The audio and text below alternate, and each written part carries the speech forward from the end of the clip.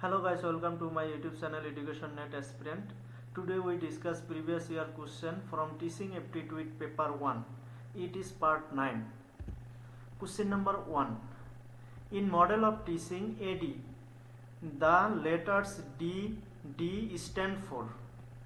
जो AD teaching model है उसका जो D एंड D है इसका मतलब क्या है? Option A design and development, option B development and deployment, option C design and deployment, option D dedication and development. इसका करेक्ट आंसर होगा design and development, option A design and development. देखो ADDIE model का full form है analyse, design, develop, implement and evaluation. ईटी से instructional design model. उसके बाद question number 2. In learning classical conditioning effect are an example of. Learning में जो classical conditioning effect है वो किसका एग्जाम्पल है? Option A implicit memory, option B eidetic memory, option C retroactive memory, option D explicit memory. देखो इसका correct answer होगा option A implicit memory. Implicit memory क्या होता है? जो अनइंटेंशनली और अनपर्पसफुली मेमोरी में स्टोर हो जाता है, जो अनकॉन्शियसली स्टोर हो जाता है और ऑटोमेटिकली मेमोरी में स्टोर हो जाता है इंफॉर्मेशन, उसको बोला जाता है इम्प्लिसिट मेमोरी।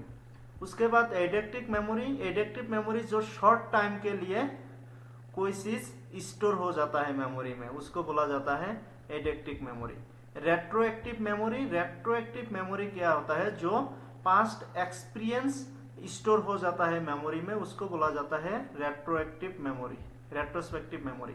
उसके बाद एक्सप्लिसिट मेमोरी। एक्सप्लिसिट मेमोरी होता है जो कॉन्शियसली और इंटेंशनली कोई भी इंफॉर्मेशन मेमोरी में स्टोर हो जाता है, उसको बोला जाता है एक्सप्लिसिट मेमोरी।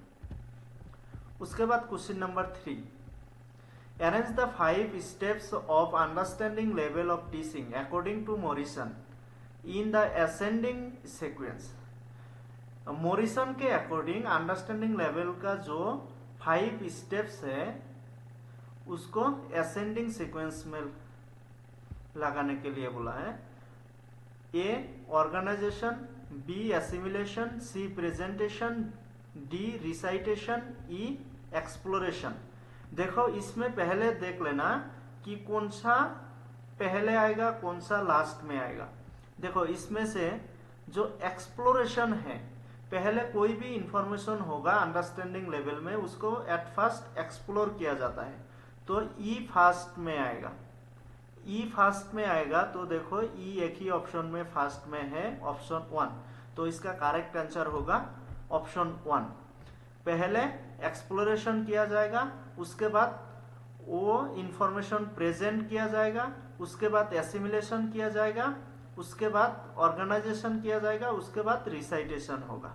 इसको याद रखने के लिए एक ट्रिक भी है, EPAOR, ये निमोनिक से याद भी रख सकते हो। उसके बाद question number 4. Which of the following are the vital elements of pedagogical skill? Pedagogical skill का कौन कौन सा वाइटल एलिमेंट्स है? A content knowledge, B personality of the learner, C students understanding of conceptions of the subject matter and learning, D intelligence of the learner, E teaching strategies. इसमें से कौन कौन सा पेडागोजिकल स्किल है? देखो at first देखो कौन कौन सा पेडागोजिकल स्किल नहीं है। एट फर्स्ट देखो intelligence of the learner. Learner का जो इंटेलिजेंस है वो लर्नर का पर्सनल एलिमेंट्स है, पर्सनल है। एंड पर्सनालिटी, वो भी लर्नर का पर्सनल एलिमेंट्स है। तो बी एंड डी को हटाओ, बी एंड डी देखो इन दोनों में डी है। एंड अदर्स देखो दो ऑप्शन रह गया 1 एंड 4, इसमें ए एंड डी कॉमन है। एंड सी क्या है? Student understanding of conception of the subject matter and learning. जो सब्जेक्ट मैटर होता है वो भी पेडागोजिकल स्किल में आता है, तो इसका करेक्ट आंसर होगा option 4 A, C and E only. Content knowledge, student understanding of the conception of the subject matter and learning and teaching strategies. ये तीनों ही पेडागोजिकल स्किल के अंडर आता है। उसके बाद क्वेश्चन नंबर 5, स्वयं platform facilitates hosting of all courses taught in classroom. स्वयं platform के द्वारा कौन कौन सा कोर्स क्लासरूम में होस्ट किया जाता है?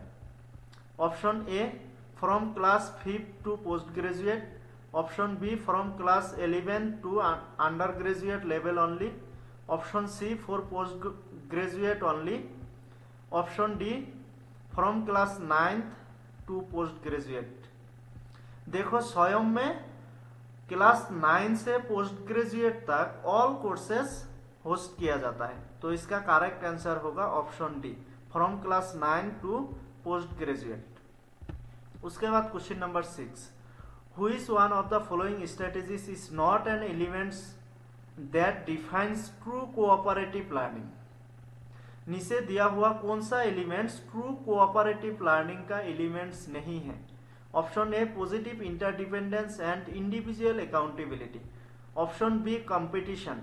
Option C, group processing. Option D, collaborative and social skill.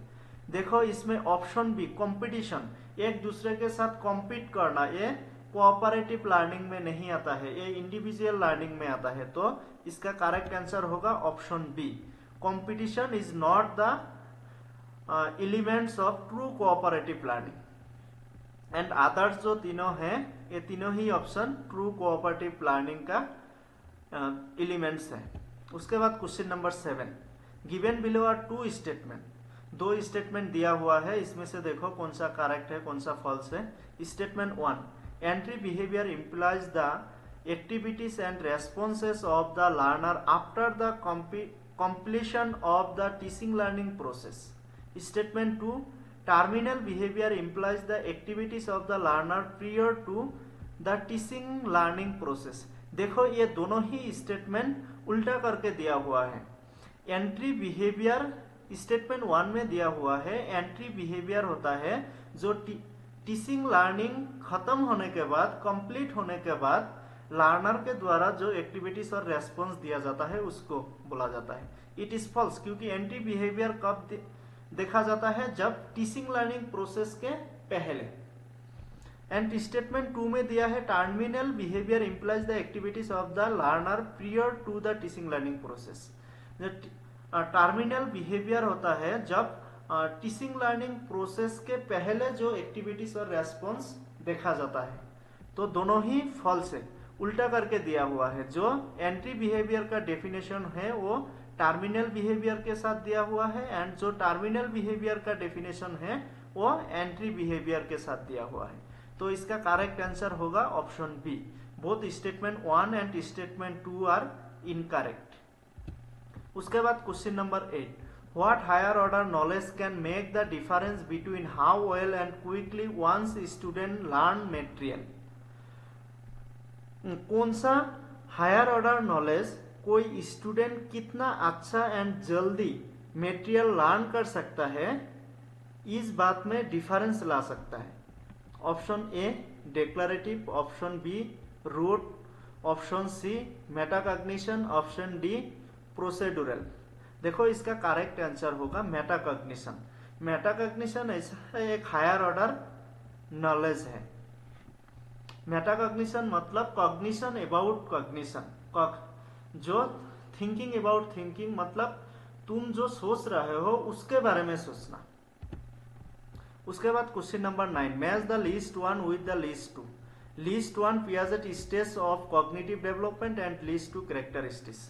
जो पियाजे का कॉग्निटिव डेवलपमेंट स्टेज है वो लिस्ट 1 में दिया हुआ है एंड कैरेक्टरिस्टिक्स लिस्ट 2 में दिया हुआ है, इन दोनों में मैच करो।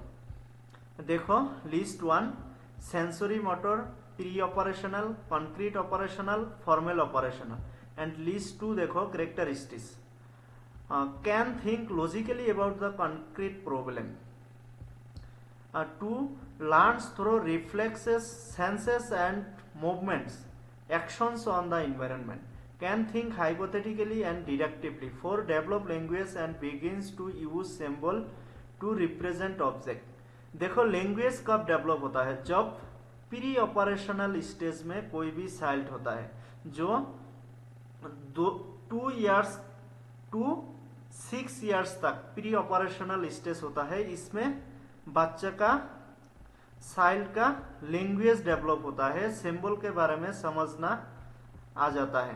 तो बी के साथ होगा 4, बी के साथ 4 देखो एक ही ऑप्शन में है,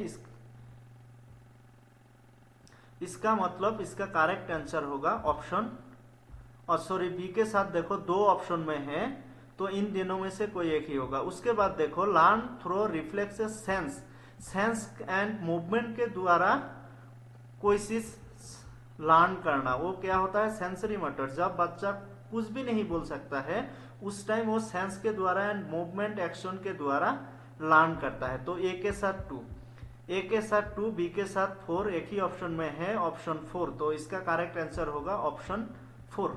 उसके बाद देखो C concrete operational, concrete operational stage में क्या होता है, child can think logically and concrete problem and logically thinking capacity develop होता है। एंड फॉर्मल ऑपरेशनल स्टेज में कोई भी चाइल्ड हाइपोथेटिकली थिंकिंग कर सकता है एंड डिडक्टिवली थिंकिंग कर सकता है। तो इसका करेक्ट आंसर होगा ऑप्शन 4। उसके बाद last question, question number 10, which of the following is not a type of implicit long term memory. नीचे दिया हुआ कौन सा इम्प्लिसिट लॉन्ग टर्म मेमोरी का टाइप नहीं है।